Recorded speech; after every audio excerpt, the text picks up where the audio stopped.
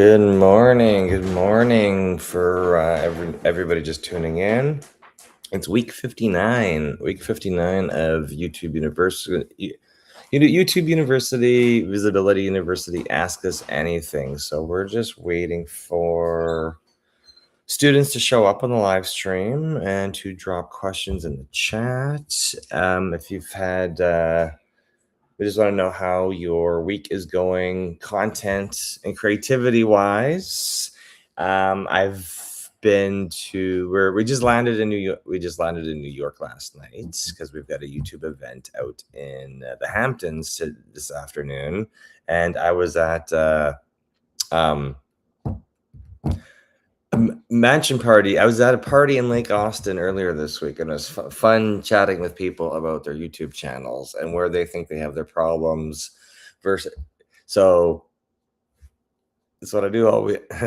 This is what I do all week long: is have conversations with podcasters, authors, creators, doctors.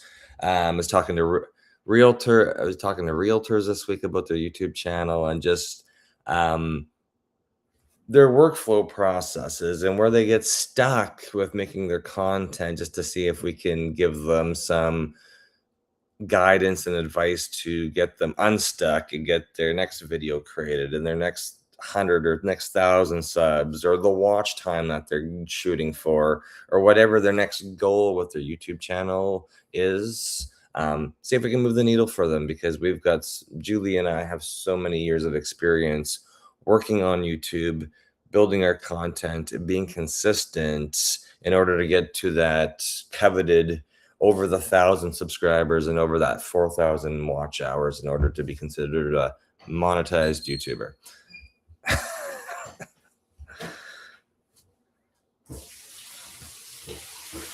Okay, we got a couple viewers. I don't know if we got anybody in the chat yet, but well, we have a comment. Good morning, everybody. I hope you're having a good morning. I hope you're having a good morning this far, or afternoon, evening, wherever you're at.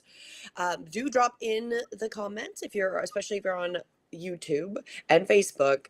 Let us know if you have any questions. We're talking about everything that's going on when it comes to creating visibility. Ask us anything. We have James. Hello, James. Where are we from? We are from Earth. Would you like to know where my passport's from, or where I physically was born? You have to be a little bit more. That's the joke. I'm like, passport's Canadian. That's where do you want me to be from? I'm hanging out in Texas. I'm hanging out in New York. I'm hanging out where I got friends who are working on their YouTube channels or taking their podcasts and getting it over to YouTube so they can build their visibility engine for their brand, for their books, for their content. Every creator's got their own story, their own history, what they've done in the past, how they want to make content about their accolades, their books, whatever, and move forward so more people can find them, and vice versa, so they can help more people. Exactly. So I just want to shout out to Crew. Hello as well. James is from the UK, so that's interesting. I'm assuming it's evening there then, right? Because of how a couple hours ahead of us here in Eastern. Yeah, a couple hours. It's 9 a.m. here, Eastern North America. We also have an elevator has guide rails. Hello and happy Saturday. So let us know if you have any questions. You can drop in where you are watching from, and we'd love to answer any questions. We do have some stuff we can talk about. Oh, we got Chemetsky is here. Hello. How's it going? We're good. How's your week? I know you've got a lot of stuff going on with your book. I do. So I have 4 new books that are on Amazon, editing some whole bunch of other things, and my podcast. I have like 6 weeks of episodes. That's my biggest challenge right now, is getting all of them out. I've already recorded them. That's the easy part for me. It's the part about the production. I'm working on production. I just picked up using the script because everybody's like, that's the number one. I'm like, I'm really not that happy with it. For me, right? it helps clean up stuff, but that wasn't the problem it solved the problem that I didn't have until now. So, Well, I think that's what we spoke about, because I know a lot of people are like, "What about shorts? What about shorts? What about shorts?" I'm like, manual editing, Opus, Restream clips, Substack clips, Descript clips. There's all these tools, and you really gotta like figure out what you actually like using, and if it actually fits into your workflow. yeah, so like Restream really doesn't fit into my workflow, but I haven't done enough more lives. I need to do that, right? Two people told me that I need to do that. And hey, they're on here. But the Restream clips really only benefit when you're using Restream as a place to record your videos. Because when I upload them from Zoom, it only will let me upload a half hour. I'm like, well, my episodes are like 40 minutes or more, so I have to start cutting it down. Like, That's why we recently we've been using Substack a lot, but of course Substack is a bit, there's no documentation on how to use Substack, yet it's Yeah. been around since like 2017, 2018. So we've recently mastered sending, you can see, up to an hour, David, up to an hour. So some people Yeah. still are not happy with that time, but it's free. They can send their either vertical or horizontal feed to Substack, and it will generate you 4 shorts. Again, as long as Well, you're before you go into that, I out of all the shorts, just my personal experience of all the different auto shorts, creating them, Substack does, in my opinion, the best AI generated shorts out of all of the different options. And it is free, which is very interesting. Or really making your own, right? So we're really trying to master what works the best.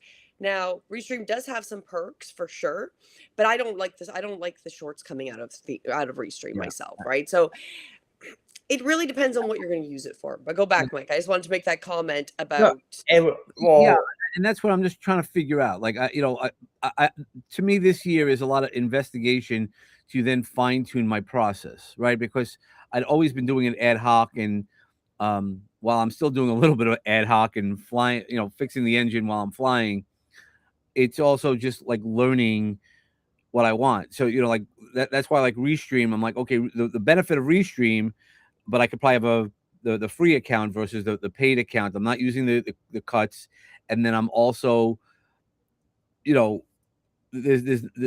isn't a lot of benefit. To go out to one or two places, I might lose a place, but not a big deal, because I'm not doing that many lives. If you're not doing lives, it doesn't matter where you're putting your videos, and my videos are coming out because it gets pushed out from YouTube. Well, it's more about syndication, and like what you can do with Restream is literally schedule your stuff. It's just a matter of taking your content that you've already recorded, and it's replays. It's being able to have a centralized place where you can replay your content, because what I'm finding is when I sense, like, LinkedIn's one of those places. I can write a post, I can put a photo up there. I don't get a lot of views, but I send this video to LinkedIn and it's 150, it's 200 views. And that's where the frameworks are coming from. They're like, hey, I'm aware of you. And okay, Lucretia's joining us here. I'm aware of you, and where have you been? And I'm like, well, I'm assuming the LinkedIn algorithm is like, hey, you don't post enough, so we're not going to show you to anybody. But hey, you're going live, so we're going to tell everybody that you're live, and our lives aren't 5 minutes, or not 10 minutes. They're generally an hour, 4 times a week. So it's that frequency of me. Nobody's going to go look, unless you're interested in me as a person or my brand or my services. People aren't going to go look for my YouTube channel from LinkedIn. But if we're always streaming either something live or a replay to LinkedIn, that's what's activating the algorithm over on that platform, which I'm like, hey, I'm here. And what you're explaining is exactly why we started live streaming to begin with, and we started only on YouTube. So we started because I was doing videos and I was hitting that wall, and then I know we were talking and looking at, well, what do we need to do? And Mike's like, you need to live stream it, and I did get a little pushback because I'm like, well, now I got to show up live, right? But then when I got that, that was how people actually get to see me. So I show up in the shorts, we show up. That's probably where most people will go through the lives, will be the vertical. And that is just gives them the opportunity to see that you exist. If I'm just posting a video in the back, which I still do, there it doesn't give the same push as when you go live.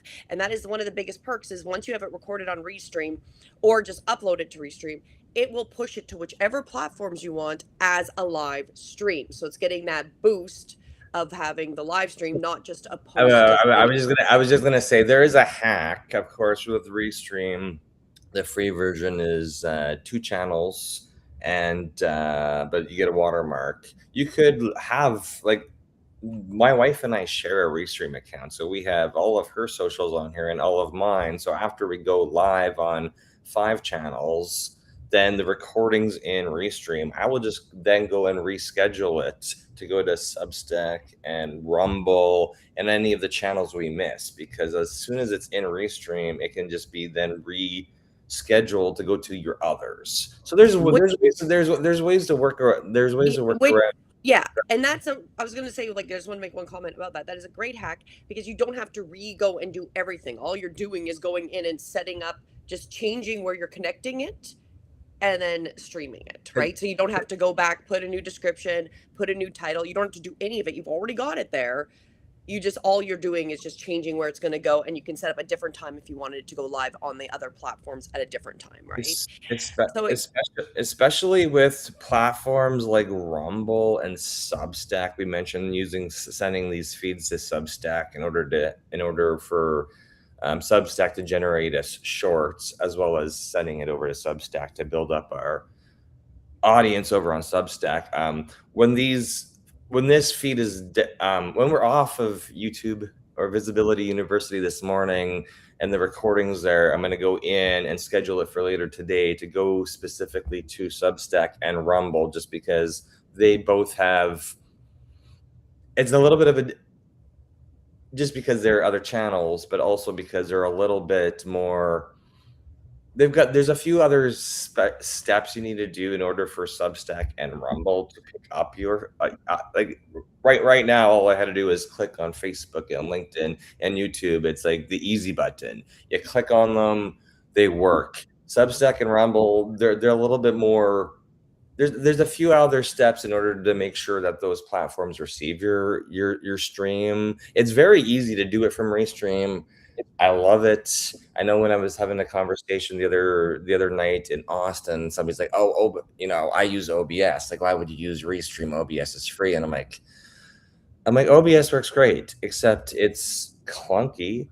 And when I'm showing a student an interface, I'm like, I'm so well trained on Restream and it's easy. And I'm just going to say all my customers think it's easy to use. If I show them OBS and it's clunky and it's not smooth, well, they're not going to want to use it. So yeah, Restream's not the only broadcast software out there. There's a ton of them, but it's ease of use. Like, I know Mr. Chemetsky had asked me about another platform, a different streaming platform, and I investigated it, and I was like, well, I can't send my feed simultaneously to all 5 platforms I want to. So it works great if you like the interface, or the person who recommended it like the interface. Like, there's all these different tools in order to go live to multiple platforms at once, and or resend your recordings or your previous podcast episodes to multiple places. There's a ton of tools that you use,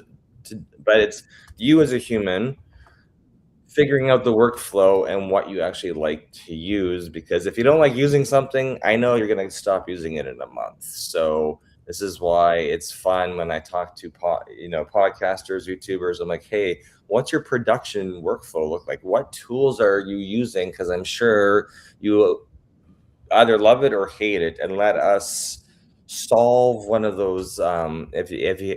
if things aren't working out the way you want them to be, like I know Mr. Chemetsky's guy, he's like, hey, I want to automate some of my podcast stuff. And I'm like, hey, I got to sit down with you and figure out what is worth automating and making easier and what's not, because then if we can clear some of these hurdles, then you're going to have a much more enjoyable time. And then that's a service or coaching that we can offer to more students as they come in, right? Because we only learn and get better once somebody comes and gives you a problem. Let's say, like, let's solve this together. Let's move forward. Yeah.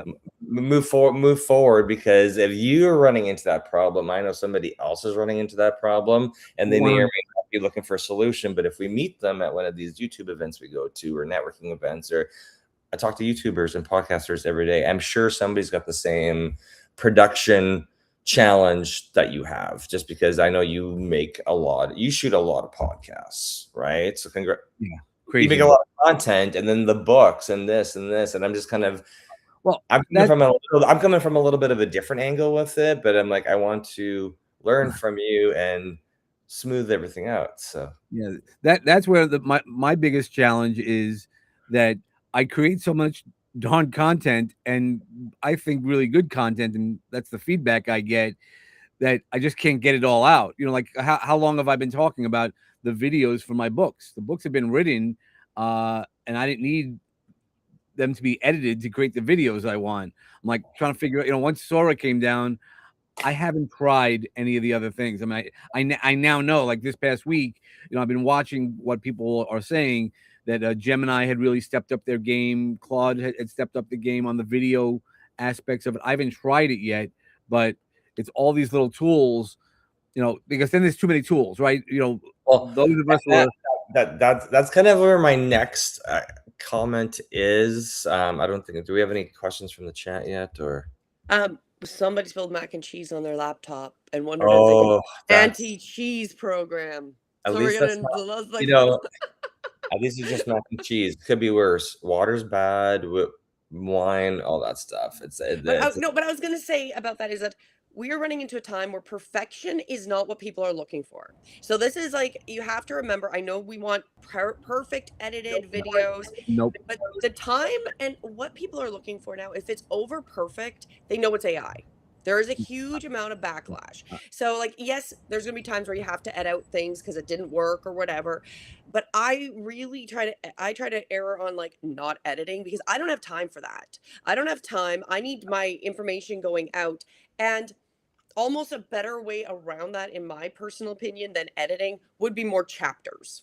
That would be a better, actually, in my opinion, a better way, because if there's something you're talking about that somebody wants to listen to, they can then go and jump to that part of the video if you have a chapter, versus technically going and editing out, or being like, oh, my eyes looked weird, and then just getting really into like taking out just like this second here, this second that's there. not me. Yeah, you know me. I'm all about authenticity. I don't care if, you know, like, you know, people.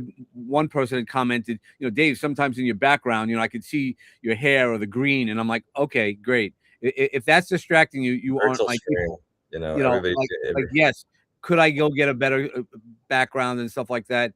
I'm like, man, everything I do is by the seat of my pants, but it becomes really good, and it's the message. If you're looking for the message, and that's what you guys really teach, and I love that about you guys, is that it's about the message. You know, be a little messy at the beginning, right? That's that authenticity, and do that.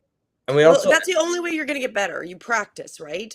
And the more you practice, the more you're showing up, you are going to naturally just improve, right? And not going to say that you're not going to have a day where technology doesn't work. Like the last few times we've gone live, there's big parts where Mike's talking, all I hear is that, or vice versa. I'm talking, and you just hear parts of what we're saying, right? If it's perfect today, we know we can just blame Starlink, because we're in Long Island. We're in the house with internet today. So if things are perfect today, then we'll just blame Elon and Starlink. So. But and the Mercury retrograde, right? Always that Mercury retrograde. No, I was gonna bring up, because while we talk about, you know, working on a workflow process for your content to actually get it off the editing bay out of the editing software and upload it, and that's why we like live streaming. But we understand you may have already made content and you just want to repurpose it and get it out, and this is why we like using Restream. But this event I was at earlier this week, as soon as I said, people are like coming up to me, they're like, "Oh, you're YouTube famous." I'm like, "Well, that's the name of the company. Plus, both my wife and I are monetized YouTubers, so we like helping people get past where they're stuck with their content." And I had this lady come up. She's like, I've got 7 days to prove my content is legitimate. And I was like, okay. I'm like, okay. I'm like, this is interesting. I'm like, okay, so what's the problem? And then and she's like, well, I need an editor to show me what I'm doing. And I was like, okay, that's super interesting. And she's like, well, I make all these travel videos, but my video editors are overseas. And I was like, okay. And of course, it wasn't a conversation I was ready for, but I was like, when somebody says, "Hey, I've got 7 days to prove, to make this video," I was like, okay, wait a minute, you've probably been flagged in the back end in your YouTube studio. You've probably been flagged for having inauthentic content. And YouTube, she didn't come up with that. She's like, she came up with the time. She approached me with the time frame, and as the hamster wheel in my head was spinning, I was like, okay, you've been flagged, and you need to record a process you need to screen capture. You need to record a video of your screen flow on your computer to prove to YouTube that you're actually the one editing your videos and it's not an overseas editor. And she's like, yeah. And I'm like, okay, well, what do you need? Like, she's like, well, this one video we made, it's like 30 minutes long, but it's a travel vlog and it's 500 gigabytes of video files. And I was like, that's a lot of video content, 500 gigs. And she's like, yeah, and I know, like, but I didn't edit it. It was somebody else. But I need somebody here in Austin, Texas to like throw it together on a video editor and show me how to edit it. So that way, and I was like, okay, here's my card.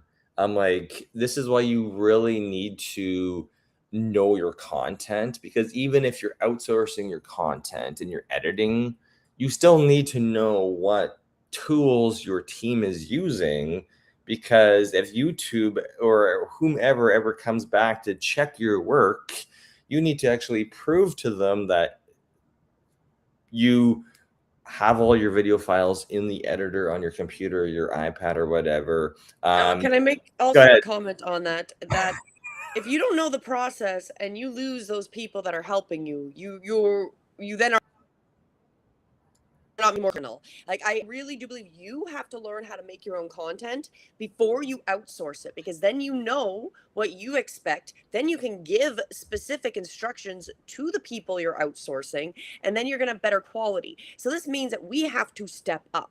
This is like, people have to stop. I'm going to call it out. You're being lazy. She's being lazy. She doesn't know the process. And at any point, YouTube did that for me when I went to go get monetized. They wanted me to prove that I was making the content. And this was back in the day when I literally was like, I wasn't even using AI at all. I was literally just putting a card down in front of the camera and talking about an Oracle card, right?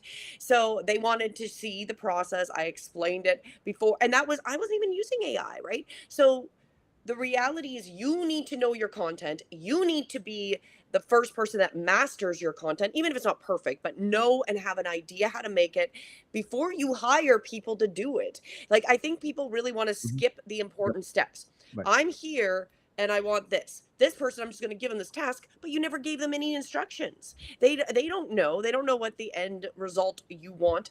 Plus, if they hold the key of how to do that, they leave, you don't know how to do it. And then you're going to be rushing around trying to find somebody to replace that person. And I find it very interesting, as another side note, especially security wise, and how many times Mike and I have seen that people will give access to their accounts to advertising companies, to their editors, to these things, and give them too much authority and access to their accounts that they get locked out. and then that person leaves or disappears or ghosts you, and you now don't even have your accounts. Well, So that lady is literally trying to skip the hard work, very much like the people that are doing full AI, from augmenting their person, right, to having an AI clone, to the AI script, to like not even editing, and not editing but not even watching their content that AI even puts it up because they've augmented it, to not even know what they're actually putting up. Like, well, we have to realize, like, we got to stop being lazy. You need to actually participate. If you want something to work, yes, I get you're a business owner, you're learning stuff. You don't necessarily have the time to do it all yourself in the end, but you need to understand that process to start before you can ever have anybody do it well for you. Because then the other one would be somebody else you talked about who was in real estate, and he's got a bunch of people that he's paying to do it, but he doesn't know any process of it, doesn't know what they're doing. They just make content for him. Like, that's very that disempowering because that those that people, that that's most content when I speak to podcasters. And my first question is, what is your production workflow?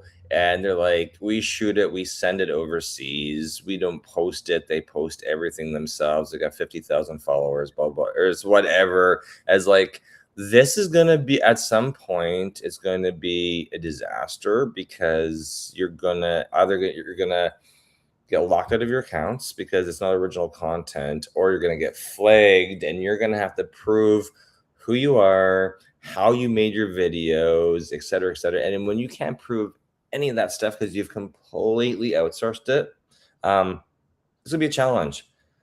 The one thing I brought this up, I brought this up yesterday. I've seen one of my friends disappear off all their socials, and I was like, I'm wondering if he's a big proponent of OpenClaw and full automation. And I've recently realized he's disappeared off all platforms. It's been like 7 days since he's posted on anything, and his picture doesn't even show up on most of these platforms anymore. And I'm like, I wonder if he got tagged for being inauthentic.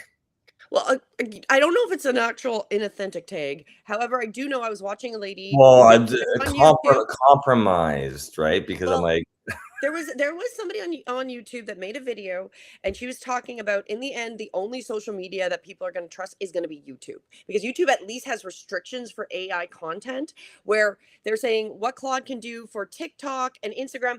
You're not going to believe anybody is making it anymore. Like, it's all being made by AI. You're like, is that person, did that person even look at that video, that 30-second clip that their AI made before they posted it? What's happening is people aren't even looking at them. They're not even noticing. I get sometimes you might post something that AI helped you make and you didn't notice a little spelling error or something. That definitely happens because you're making a lot of things. But it's also the same level of where you have to take responsibility for what you're creating and stop trying to outsource it to AI or somebody else in a third world country. You can, once you've done it yourself, once you know what you want, then you have to hire people, and you have to unfortunately manage them, because I think that's the biggest step that's missing, is these people are hiring people overseas on Fiverr and this, but they're not managing them. They're giving them this wage every month or every couple yeah, weeks, yeah, and that's they're just that's expecting them to produce content that goes viral, yet they're not even. You're the boss. You are still in charge. If you're running a business, you've just hired another staff member that you need to actually hold accountable. So I think it's funny and it's weird, the psychology that as soon as somebody outsources these contractors, it's like, oh, I'm done. They'll just make me content. They'll just do my whole process. what I'm What is with everybody being so lazy? Like, it's so ridiculous that it's at a new level of lazy. But I have to I have to go to Erwin Curtis here. He doesn't want an AI clone, just wants to be a cyborg. You know what? Maybe. But I don't know if I want to live forever. I feel like that could be a problem. yeah. But on that side note, You've heard you've dropped in all my conversations with all these people that I asked them questions about the production workflow. Yes, they've outsourced everything to the overseas, and then I'm like, "What's your ROI on it?" I have no idea. I'm like, so are we not tracking likes and comments? No. I just make sure it's posted, and it's like, why is that the same answer I get from every single person? oh, it's cheap. It's like whatever fee per month, and they're doing it. But it's like, but if there's no traction, if there's no ROI, if you can't actually see your subscriber count go up, or booked consulting jobs come out of it, or increased book sales on Amazon because you're getting your like if the needle isn't being moved, then we need to fix that workflow process. Well, exactly. And that would be the same thing. Like if you had a staff and had an office of staff and somebody is a salesperson and they're month after month not getting you sales, you would fire them. But when you go to But these then people replace, but making then new videos, you're not thinking of it as an employee the same way. So either you have to do it or you have to manage them. There is no in between. You cannot do and be this lazy and be successful. Like that lady, she's just lazy. Okay. She wasn't lazy. She turned the camera on. She got herself 500 gigabytes or what do you say, whatever no, that's how megabytes. much. That's how much video files that they had for this one. Like, what are they even doing with it? I, Like, I, I obviously, it was it's not. travel blog, and I'm like 500 gigs is multiple. That's a lot of hours, and you're editing like so. It's like Well, it makes me wonder why that is. And I actually would assume is probably what's actually got her noticed by YouTube. Because if every video is that big, why are you taking so much up for data space, right? Because that's a huge video and no, it's only the more I questioned her, I was like, well, okay. Not saying you can't delegate your editing out, but you as a creator would have to know the workflow and be like, hey, we're using Final Cut, or we're using Filmora, or we're using CapCut, or we're using this editing tool. Normally in a video editing bay, they've got templates. You're like, okay, this is how kind of coming from Hollywood training, like they're the show in the editing bay, there's a template based on the broadcast clock. So they know the first minute it's going to be this. This is the commercial. Like there's a layout, there's a template. They're not just willy-nilly throwing video in and editing it. There's like a templated process to like most shows, most like even brands who are doing great things on shorts, they have templates for their shorts. It's like, here's the hook, here's this, here's the next piece, here's the next piece. exactly. And whoever's That's what making them is doing the same process every time. when you go to delegate out, I'm like, your staff should really be taking your workflow process and just offloading that from you, not inventing their own. Because when it comes to you getting fact checked by any platform and asking for video verification, you're making your own videos and you're not outsourcing it, you're not going to be able to prove it if it's somebody else doing it, right? Well, in fairness, if you do hire somebody who's going to suggest and show you what they're going to do and then teach you so you know what they're doing for you, so at least you understand the process and you've agreed to what they're doing, because maybe, because fair enough, some people may not be able to. And they're like, okay, this person says that they can do it. You need to still understand what they're doing. And you need to still be doing the quality check that it's going to match what you want your voice to say. What do you want your messages to say? Does it even match? Like, I wonder with a lot of these people that outsource them, if they even know what content is actually being posted on behalf of them. How are you watching the content? No. Based on, okay, some people I know, when I chat with, they know exactly what's going on. They're just completely unhappy with it. But until they meet somebody who can say, hey, this is why I write reports for people. I generate reports for people that saying, I'm like, here's what you're posting on your Facebook. Here's what you're posting on your TikTok. Here's screenshots of what you're posting. Because I want you as a creator to verify that you're actually paying attention to what your VAs or outsourced people are actually posting for you. I want to see what the metrics are, because a lot of time it's not, they most of the time, they don't know. They just like, hey, there's people coming into my booking calendar. I don't care what is being posted. I don't care if it's consistent. I just want the calendar to be booked. And I'm like, as long as you can measure that, and if you're happy with that, great. But you're obviously having a conversation with me because you're not happy and you want to know how to fix it going forward. So Exactly. Well, we have a question. We have a question on this, right? So we have Watch Me Will says, if you're going to hire someone to do it, why would you prep it for them? So like this is not we're not saying prep it. We're saying you need to know the process and know what you expect, and you've got to train them or make sure they know it. So if they don't know how to do it, they've got to prove they know how to do it. So you have this process done, or they have to provide it, and you have to manage them. You're hiring them, yes. We're really telling you to the- manage your hires. Know what they're creating, know what tools they're using, know what they're creating on behalf of you. That is your responsibility. If you're going to post it on your YouTube, on your Facebook, on your Instagram, you're going to take it as your content because you hired these people to do it. You need to take the responsibility to be the boss because you are the boss because you've hired them. You have to take that responsibility to know what they're creating. And often when people are hired into new businesses, they may not know a tool that a business uses, and you have to show them how to use it. Because if you do prefer a certain tool and you've seen them, you're like, okay, these people, this person makes really good shorts, blah, blah, blah, but I really want them to use this tool. That would be what you would do, because that is what an actual really good business owner does, is they train their employees, or they make sure their employees and contractors are doing the job and they know what they're doing. Because the reality is, I know, Mike, you've been a contractor your entire adult life. You explain to everybody what you're doing. They are fully aware of what you're going to do. This is the conversation back and forth. What we're really seeing is, specifically with people outsourcing to Fiverr and all these other places, they're not doing any due diligence. They don't even know what people are using to make their product or the videos with, right? What do you have to say to that, Mike? I would say the person you're hiring needs to prove they actually know what they're doing. Yeah, And you're not hiring them based on, oh, they're like $400 a month and they're going to make all my shorts. I'm like, can they prove their long form or short?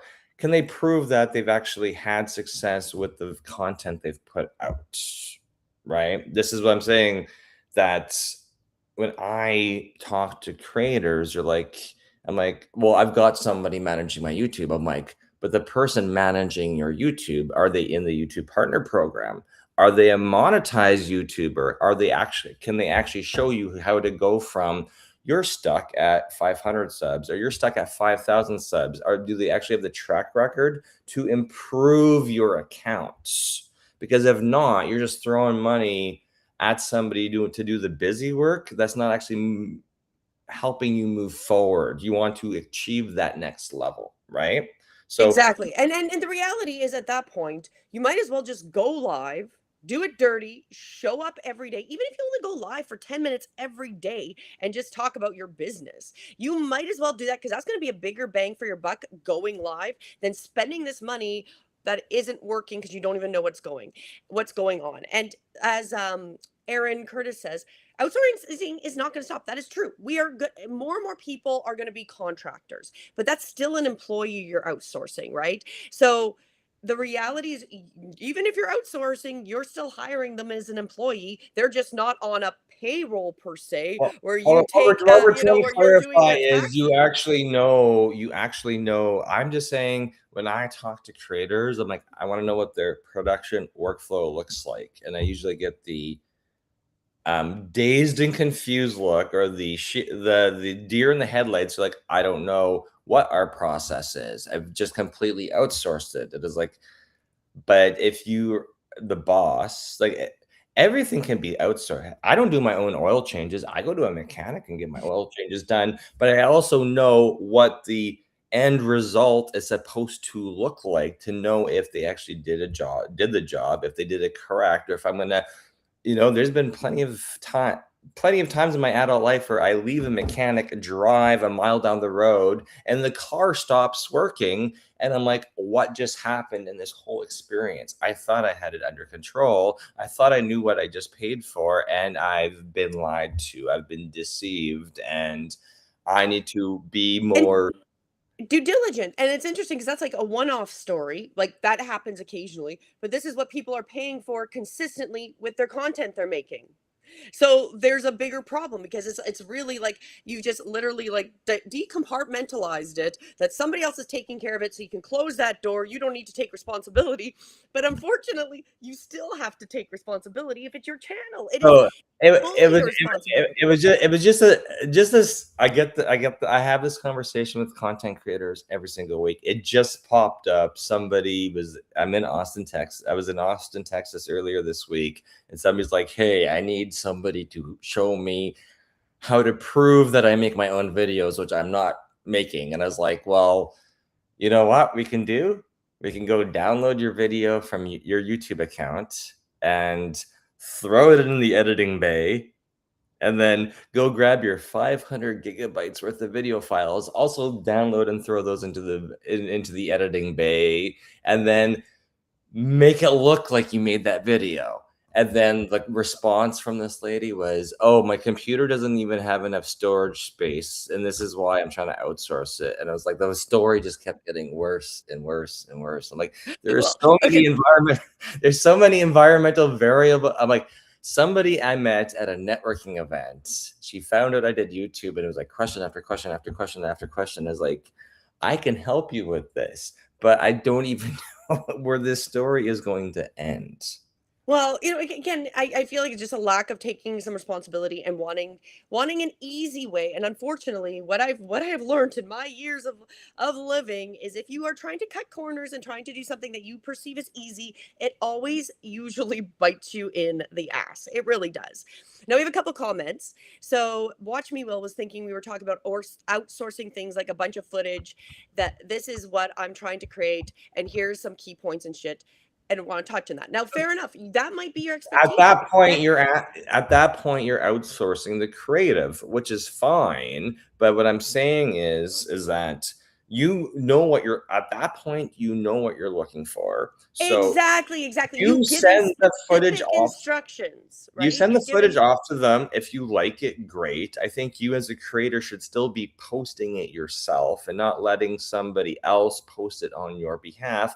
Plus, also as the creator, I want you to get to know the details of how the editor's creating it, what editing to. I want you to have a copy, whether it's CapCut or Final Cut or whatever. I want you to have the source files for that editing project, because exactly. if you need to prove to YouTube or TikTok or whatever platform in the future that you created that video yourself, you need the ingredients on your computer so you can prove that you made it yourself. Exactly. YouTube doesn't need to know you hired an editor, even if you're doing it. I'm just saying, if from when I present in my other job, in my other role as a cybersecurity expert, helping businesses recover from getting hacked, I outsource to smarter people all the time. But when I'm sitting down with the business owner, I'm like, "Hey, you have these problems. Here's a solution we gave you." And if they ask me for how I got from A to B, I'm going to be able to document it articulately, because I actually understand the process. I may And not have the you're final result because I delegated it out, but I'm able to prove our work. I'm able to Well, prove. and you are not just outsourcing it and not making sure they did their job, because the job's not done unless you've seen them complete their end, right? So there's a whole process with it. But one of the things I want to bring up also, which is related but not completely related, a little bit, is achieving level success is more about charisma. Not everyone will have it. Now, there is a valid point to that. I definitely agree with Aaron Curtis that we're not all going to have a viral video. Like, that is legitimately, if that's your expectation to get to be Mr. Beast and have viral videos, that's not what we're promoting. Now, fair enough, some people have that and will do it. That's just who they are. They're going to do it. We use this YouTube, the visibility university, being seen. We use this tool so you can share your message. It's specifically for businesses. Now, we're in a time where we used to have very successful businesses in one location. Nobody knew we existed outside of the location, really, besides, a little bit online, but not really. When COVID happened and everything locked down, that our clientele and businesses literally shrunk and disappeared, only being reliant on local. So the reality we're in at this point is you need to have your business that people can find you, because how else are they going to get to know, like, and trust you unless you show up in front of them?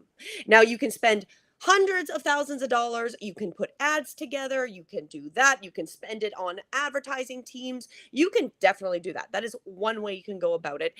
Success can again be just as questionable. Or you go about it this way, where you are showing up on a regular basis, talking about your message, that you are organically finding the people that will invest, support you, or like your content. And fair enough, there's going to be somebody that's going to fit you. You may not be the next Mr. Beast, and that's not what we're pushing. I would never, I honestly, I know I'm never going to be Mr. Beast. I have not that want. I want to share a certain reality and a certain information, and just find the people that appreciate that. So it depends on what your motivation is. Now, if you want to have that viral video and stuff, you are gonna have to control that creative process like Mr. Beast did, and make it a work and process. Because Mr. Beast, the only reason he's been able to expand is every person he contracted out and hired knew, and he had to test them, and he put the expectations of what they were going to do. He doesn't just let the videos go live without him being part of that process. He still is part of it to see the end thing. He may not make every video anymore, but he is still actively knows what's going on. I'm gonna say that they're not sending it overseas and not looking at the whole editing process. It's outsourced. There's staff doing it, but I'm like, they know, because I think we've watched an interview. I know during the YouTube Partner Program ongoing training that we do, we've had the thumbnail, just one of the thumbnail editors come on. So they're like, this is how many thumbnail revisions we do. It's just like, they know which video. They don't release all the videos that they make, because they're like, hey, we were gonna release this video, but then we saw our audience dynamics changing. They got a big massive issue right now with declining. They're losing millions of subscribers over at his channel. So obviously they've got some production issues that they got to fix. But I know that from the past, there's a ton of videos that they've made they don't even release, right? Okay, I have to go back to because Erwin Curtis. Fair enough. Every business person has to have some charismaticness, some charisma to even attract their clients. Like, that is actually part of it. Is people are either gonna fit with you or not, but majority of people are not going to be appealing to 100% of the people that see them. That is the truth. Like, very rarely are you going to get somebody that everybody loves. Like, there is people like that. There's people that have that charismatic thing, but each person has to have their own uniqueness to it. You sell a product, you're one-on-one with somebody, you had to be charismatic if you were one-on-one. Your people are learning who you are. Well, it's also that's the thing with business. You may get that first sale, but the real test of a business is multiple sales, right? And when there's like 16 different minimum 16 different personality types out there, like, after you've been a consultant or in business or whatever you've been doing for like a good 5 years, once you've got over that 5 year, the year number 5 is always the most challenging. I know, because I'm currently in that situation with my new business. It's just, can you keep the repeat customers coming, right? Because you're like, hey, I've got this product, I got the service, I'm making videos to promote myself, et cetera, et cetera. Yeah, you need charisma. Of course, people only buy from people they know, like, and trust. But are you able to make that repeat sale? Well, and it's showing up, and getting better and better at talking and communicating your message as well. That's going to make you more charismatic. Because in fairness, from the first live I ever did to the lives as I've progressed, it is getting better. It gets better. It gets better. The reality is you have to do 10,000 hours of anything to master it.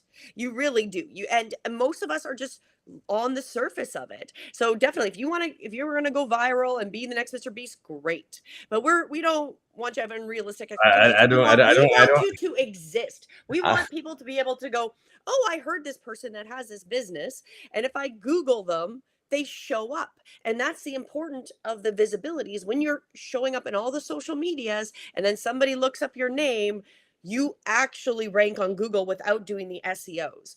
If you search my business, I'm the first thing that comes up is you've got my Instagram, you've got my Facebook, you've got my YouTube, my website, like all of that comes up, and it comes up in that first page in that Google search, which I No, but didn't do no, any no paid ads. No paid no paid ads. ads, no SEO. So it is a part of building the business, and that's what we really talk about now. Before, because we're running down to the last 9 minutes, because I do know we need to jump off and get ready to go to our event today. But I wanted to touch base with Lucretia and see if she had any questions or anything today that she wanted us to take a look at before we round out for the day, for the afternoon, morning, evening, wherever you are in this world. I don't have anything like super major. I'm still trying to like, because I won't be able to make it live and I want to keep my schedule, pre-record some of the stuff. I'm just struggling with how I should pre-record it, like whether I should just like screen record, use Descript. I'm like toying with a couple of different. Which tool do you find works best with your equipment setup? I like, so when I was doing podcasting, like probably a year ago, I was using Squadcast through Descript, and it was like very temperamental, and I kind of didn't like it. Okay.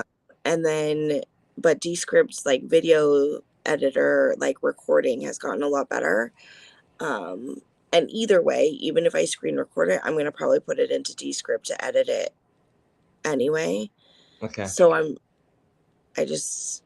Well, I was gonna say, because I know we've been talking to you about we've been testing it for automated shorts. It doesn't matter if I send vertical or horizontal feed to Substack. Substack will make it, if it's horizontal, it's still making it a vertical short, which is amazing. So when I first got my training to do podcasting and recording in studio with Zoom,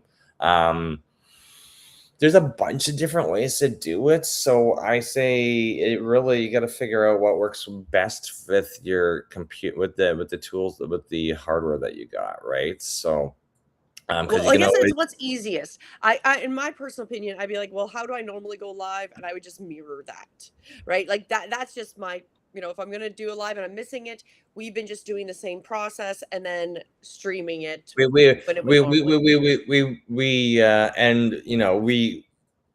part of Restream, we've got a paid package. It's like, we told you it was like $50 a month or whatever. We find it, usually straightforward because we like recording in Restream, so we can do either vertical or horizontal. It's not the only option out there, but I find that it works well with our MacBooks, because the MacBooks have like a high-end webcam. Like I've told everybody, I've literally stopped recording with my 4K webcam at a Logitech 4K webcam. I've stopped using it. I've got a Sony I've got a Sony DSLR and a Canon Rebel DSLR. I should literally go sell that equipment, because I used to use that stuff in a podcast studio hooked up to a MacBook recording in Zoom. And that was before I met Restream. And I'm like, I'm just doing everything this way going forward, because it's easier. I don't have to lug the equipment. I'm not even using my professional microphone anymore and my soundboard. Like, it's all in storage, because I'm literally like, hey, the MacBook M4. Many of our new students are getting MacBook Neos, and they're like, Mike, this is amazing. I can just take it wherever I am. I can always plug in another USB camera or wireless lapel mics into the MacBook. It just works great, and I could just record everything in Restream and then rebroadcast. So this is amazing. And I'm like, only something I've learned in the last 6 months, right? So we may be onto a new tool in the future, but I just say whatever's. I want to highlight this comment because I think it's appropriate. So Van Gogh sold nothing. The geniuses and alphas like Bach and Tesla give I'll just say blank about what a bunch of losers think. And hey, I have to say, with this comment from Leon, you know what? That is the reality. You can't care about what other people think. You have to make it for yourself first, and and master that process. And the reality is often we aren't appreciated till way down the line once you've created a masterpiece, right? So what, Lucretia, I would recommend for you would just be, what is going to be the easiest way for you to just get it, so you've got it recorded, and then you can get it to stream on your normal time. Whatever's going to be simplest, because you might want to just try this out, do the simple way, whatever. I like that. Keep it simple, stupid. Let's not make it overcomplicated, right? Do whatever is the easiest process to get it done, and then decide to edit it after, right? Like maybe after the fact, you're like, okay, maybe I didn't like that. So the next time that you're maybe going through a week or two where you can't be live exactly and you want to pre-do them, try something else, right? Yeah. And then play around with it, because that is the great thing about where we are in a time. One software might be great, but in 2 months you might be using something totally different and be like, this is better. And then you might be 2 months after that back to that first software because it works better now, right? So, I would just say whatever's going to work easiest in your flow to get it done, so you've got it, so it goes live, so you're keeping that consistency, right? Because often we do talk about it, getting and being consistent, especially with when you're streaming and as close to the same time every week like you're doing a TV show, is just going to help you stay accountable, and it's going to also give out that message and that cue to the viewers that you're always live at this time, so they'll start to anticipate when you're live, right? Yeah. And so I just like this one, I have to do on my desktop, like my laptop, just because of what I'm going live, like the topic I'm going live about. But then the next one, I might even try to do it like from my phone and just like test out a couple different ways, because I think I have like 2 or 3 weeks in like the next 2 months where I'm not going to be able to like make it right at the times that I've set, but I still want to make sure that I'm showing up. So And that's the process of just refining to get a little bit, in reality, like where I started and here, I'm not going to say it's not perfect, definitely not, but I can definitely see, I'm like, oh, that was, like I look back and I'm like, that was difficult. That was a struggle to get those lives out. I wasn't necessarily fully consistent at this point. That is part of us not being AI. We're humans. We learn, we adapt, and we grow, right? And yeah, so it's just becoming part of your process. So you're always showing up to share your message is really what we want, to talk about.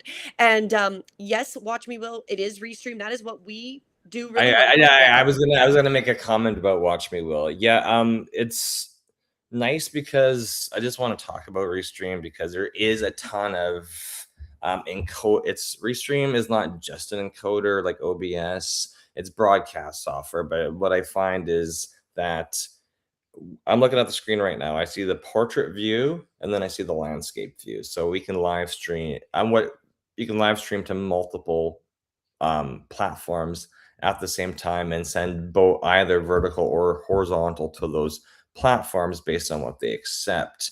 And it literally will work with any of the platforms out there, even if something requires like custom RTMP servers. Like, so for example, if you had a Roku channel, you can live stream to Roku, Substack, and Rumble. And then this works really well with TikTok. It works really good with Instagram, like all the platforms, as long as you have a account and they allow you to. The only one we're not streaming right now to Instagram because neither of us have a Instagram account with 1,000 subscribers. So I would love for any of our students who have 1,000 subscribers on Instagram to help us test that out. And streaming, I'm about to activate. I was thinking about X, because you can live stream to X now, but you have to be on a paid account with X. And I haven't really used my X account a lot recently, but I've heard through the grapevine that other people I know are getting massive, like they just start streaming to X, and they've been able to accumulate thousands of subscribers really shortly on X. But you gotta Exactly. And so summarizing that up, sorry to cut you off, but Of it's really showing, like, this is why we like the Restream. This is why we want to do the multi-platforms, because you don't actually know where your viewers might be. So if you're only, again, we've talked about this many, many times, if you're only posting or just doing a live right directly to Facebook, or only to YouTube, or only to Instagram, or only to LinkedIn, that may not be where a lot of the people that really want to see your content are. So you really want to show up as many places as you can. And that was also why we used Restream, because we definitely could increase our package so we could, restream to more simultaneously. But then, as we talked about earlier, we found the workarounds where we can stream it to the max amount that we've paid for, and then after it's streamed, then stream it to the other accounts after the fact. So it's just got a really great tool to use in that fact Yeah. of And this particular view that you see, whether you're watching us on portrait or landscape, we're using an overlay right now. So you see the Visibility University graphic, and then the three, David's dropped off. So you see 2 or 3 talking heads either at the bottom of the screen or on the side. Typically, we actually have a lot of other screens loaded, but today's been great for chat comments. So thank you for all the chat comments. We haven't even gone through we've probably got like 8 or 9 images loaded. So we've got a whole bunch of images to present today that I think this is the same that's happened the last 2 weeks, where we haven't even had time to go through all the other images because we had nice community conversation this morning. exactly, and that is it's big. always great to have viewers and people participating in the chat. And that's, I would say, is part of the contributing, that we're showing up every week at the same time for over a year. And then it started to get bigger and bigger, and we've refined this process to show up consistently, regularly lives, right?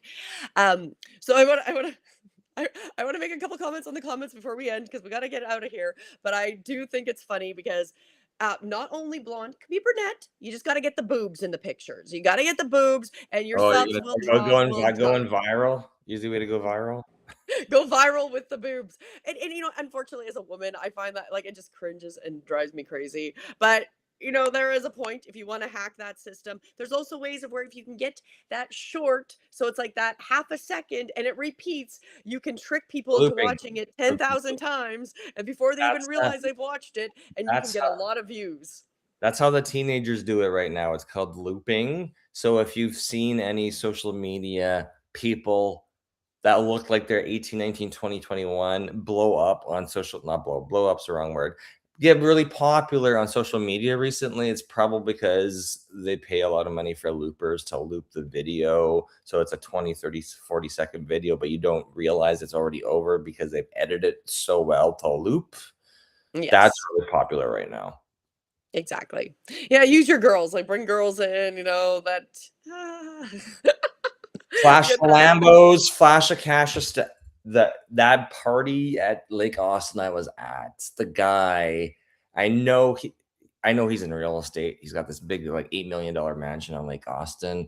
And he brought out, he's like, do you want to see the play money? He's like, all the videos we do, we got the play money. And I'm like, of course you've got this house. I didn't see any Lambos or Ferraris, but I saw the stack of play cash that shows up in every video, right? The cringe factor, the viral. The cringe factor. I hate those. I agree. I do hate those loops, because then I get mad that I got caught in them, and I'm like, damn you! I watched it like 10 times before I saw that I was in that loop. I'm like, one of our students, Jared, who has an engraving business in Texas, he's really good with loops. He is. He's very, very good at loops. Okay, so as we finish up, because now we're past the hour and we got to move on. So we want to remind you that we do this coaching, we do this visibility engine training. To start with us, you can go to breathewithinyoga.com and register with Gold. This is how you get notification when we go live. You'll get notification of all the projects we're working with and all the different things we're doing. So that's the first level to start with. And then if you do want to get into this and learn more about how we can help you become more visible, go to IamYouTubeFamous.com and you can learn all about what we offer there. Any closing remarks before we head off, Mike? No, come and join us, because I'm on an open book. As I said, we started Visibility University 59 weeks ago because I had somebody tell me you need to help more people with this. And I'm like, I agree. He's like, well, you're the YouTube expert. Why aren't you live streaming every single week talking about YouTube? And I'm like, thanks for suggesting what I should be doing. So we started, and we're literally documenting our experiences going from channels with 0 subscribers up to 1,000, reaching the watch time requirements at YouTube, and we're literally saying, here's our experience, bring us your experience because we want to learn from you and share it with the and compare notes, because the only way you level up on your business, building your audience and making better content, is by getting feedback from other people and inviting them to come subscribe to your YouTube channel, right?